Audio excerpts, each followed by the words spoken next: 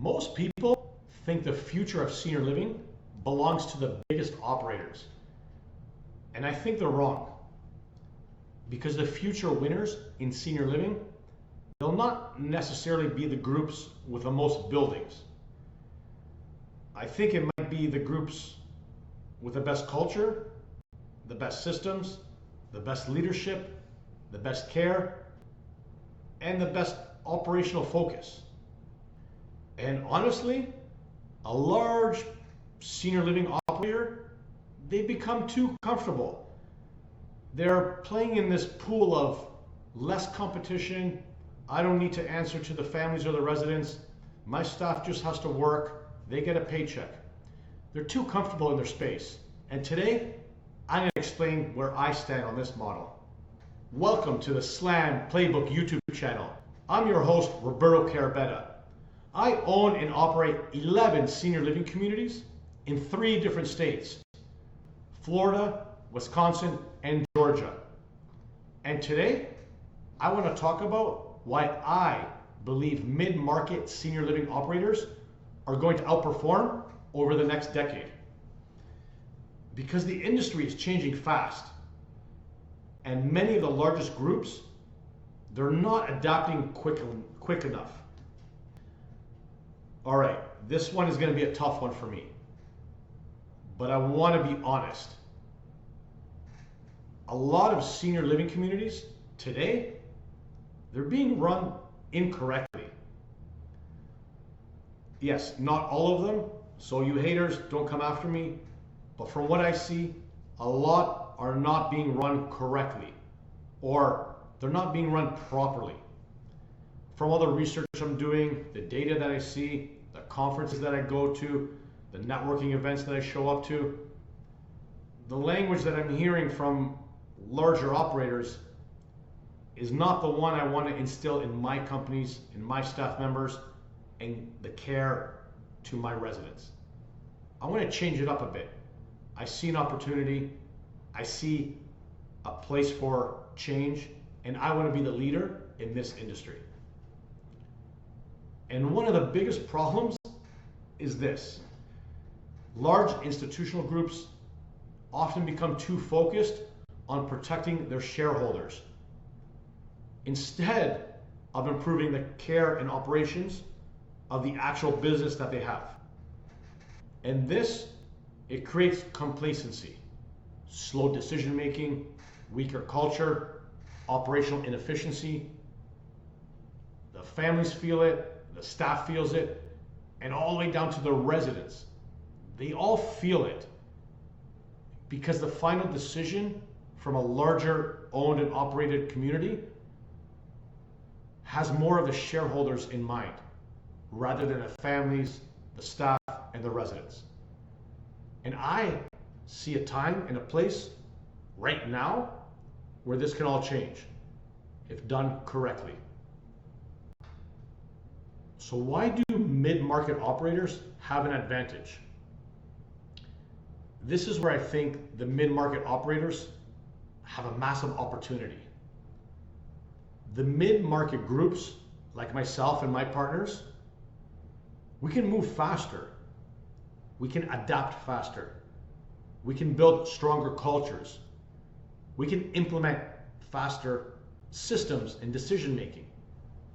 We can stay closer to our operational needs. And this matters a lot in senior care because the senior living operational ownership, it's not really sit back and relax and let the operators and staff run the show. No. From my experience as an owner of 11 communities, you have to have your eyeballs on every single financial piece of paper that comes to you.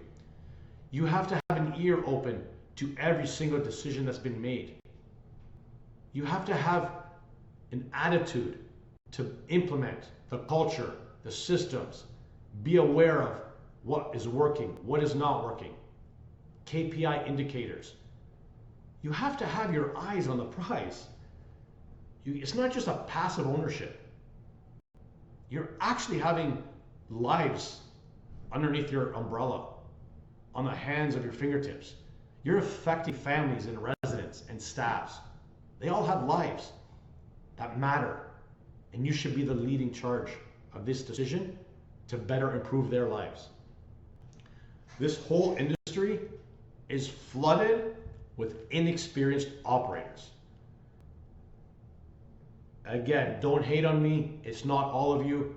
It's a certain group, a certain segment that I'm not really blaming them, but the operators can't grow and scale to the same ability that the owners are buying them up at. People are not really talking about this enough. And Mark, today I'm going to say what I'm going to say, and in 5 or 6, 7 years, the truth is going to come out. And make sure you save this video, because I'm going to be the first to let you guys know that there are a lot of inexperienced owners that are entering senior living right now. People are chasing demographics. They're chasing higher rents. They're chasing higher cap rates without even understanding operations.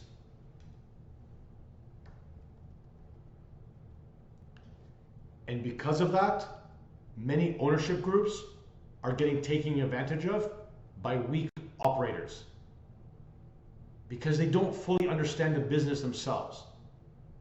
The ownership group jumps on an opportunity as an investment, but fails in the opportunity as a knowledgeable operator. You can't be an owner without the knowledge. You can't depend on the operator for the execution. They don't fully understand the business. It's a business play, guys, not a real estate. And this creates dangerous situations. You're going to have poor staffing, poor systems, poor care, poor oversight, and eventually poor performance. Care. Care is the most important part. I, as an owner, try to instill it in every single level of the operations, all the way from the director of operations to the executive director to the head nurse, all the way to that staff member, even if they're part-time. I instill it that care is the #1 priority of this whole business. And that's the real differentiator. I believe the future winners in senior living will be obsessed over care, implementing the right care, the needed care, the proper care that each resident needs. If you have, or you are known as having and providing the best care for that community, what do you think they'll do for your community awareness, for your brand reputation? How much easier will it be to find a happy family to bring their loved ones to your community? Because you're known for having the best care. Care wins every single time. It's not just occupancy, it's not just margins. It comes down and starts with care. Because that's what families, they actually want. They're bringing their loved ones for the care, not for the bingo, not for the arts and crafts. Yeah, it could be for the food, but the #1 decision to leave their family member in there, in your hands, is because of the care that you provide. If you have poor care, you have poor reputation, you're going to have lower occupancy. It's that simple. Care is the real differentiator. They want trust, they want communication, and they want consistency. That all funnels down to having the right care. I'm going to ask you a question. What's going to separate the winners from the losers? I give you guys 10 seconds to think about it. The next decade in senior living will be heavily driven by systems, because the industry right now there's a huge portion, a huge percentage that are lacking the systems to implement and run the operations properly. You need operational systems, you need communication systems, you need the right technology, which is huge, you need the right reporting, and you have to have or hold your staff accountable. The owners who understand these systems early, they will dominate for the next decade or 2 decades. This is not implement the right systems tomorrow or next time or next year. You have to start implementing the right systems now. And that's exactly what we're doing on our side. We're changing the systems from implementing better technology, better brand awareness, better operational systems, electronic health record systems, pharmacy systems, communication with the families. We have a system for that. Someone walks into our building, we have a sign-in system for that. All of these little pieces of technologies or another system in place to make it easier, smoother, less friction in the whole process will win every time. You might not get it right on the first system you implement, but if you're kind of testing it out, implementing 1 or 2 at the same time, seeing which one sticks better, which one has less friction in the whole funnel, that's the one you have to choose. Not the cheapest one, not the most expensive one. The one that's right for you. The groups, some of them that I see right now, the ownerships and operators, they're still like operating manually. They're like reactive better than proactive. These guys are going to struggle. And that's going to separate the winners from the losers. Do you want to be on the winner side or the loser side? That's an easy question. So you know I own 11 senior living communities. I've been digging deep in the data, the research, attending conferences, going to networking events. I'm not really doing this for fun. I enjoy it. It's my passion. But what do I see? Why am I doing this? I see a massive opportunity. Now combine that with aging demographics, weak or unknowledgeable ownership, weak operators, and outdated systems. You can create enormous opportunity for a real, true, knowledgeable operator. There's so much growth in this industry, and the operators that have the knowledge, have the systems, will win outright. There's no question in my mind that a lot of the weaker operators are going to fail in a matter of 3 to 5 years. And this is why I'm so bullish on senior living long term. If I can come out to be that operator, to have the right systems, the right culture, the right mentality, the right staff, the best care, if I can have that in my company and in my facilities, then it's a no-brainer that I'm going to come out a winner. And it's a matter of time. This is not easy. It's a difficult mindset to have. It's a risky investment to make. But nothing rewarding comes easy. Nothing easy is rewarding. But the people, the leaders, the owners, the visionaries, the one that has those mechanics in their brain, has the gears spinning, has a future outlook, they're all going to stay on top. They're always moving and grooving. They're always implementing the latest and best system for their operations. Not that shiny object, but the best system for their operations. So there's a massive opportunity in this industry, in this segment, and that's why I'm targeting mid-market senior living communities across the Central Florida area. If you believe in senior living, that it's becoming more operationally driven, comment SLF below, because the operators who evolve over the next decade will create enormous value. Comment SLF below if you believe senior living is becoming more operationally driven. Comment SLF below. So now the visionary, the leader, the entrepreneur in me, I have to have a future outlook.